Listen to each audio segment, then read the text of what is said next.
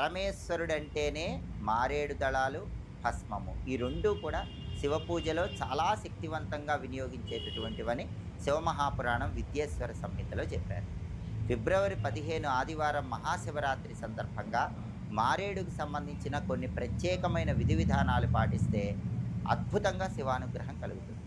శివపురాణంలో ఏం చెప్పారంటే, ఎవరైనా మారేడు మొక్క దగ్గర కొద్దిగా పసుపు, కుంకుమ వేసి గంధం వేస్తే, మారేడు మొక్క దగ్గర దీపం పెడితే వాళ్ళకి శరీరం విడిచిపెట్టిన తర్వాత కైలాసం సిద్ధిస్తుందని శివపురాణంలో చెప్పారు. మారేడు దగ్గర ఆవు నెయ్యి దీపం పెడితే ఆత్మజ్ఞానం కలుగుతుంది, శివానుగ్రహం కలుగుతుంది. అందుకే శివరాత్రి రోజు అందరూ కూడా ఎక్కడైనా మారేడు చెట్టు ఉంటే మారేడు చెట్టు దగ్గర ఆవు నెయ్యి దీపం పెట్టండి. మీ ఇంటి ఆవరణలో మారేడు మొక్క పెంచుకునే వాళ్ళు ఎవరైనా సరే ఆ మారేడు మొక్క దగ్గరైనా గంధము, పసుపు, కుంకుమ వేసి, పుష్పాలు, అక్షింతలు వేసి ఆవు నెయ్యి దీపాన్ని వెలిగించండి.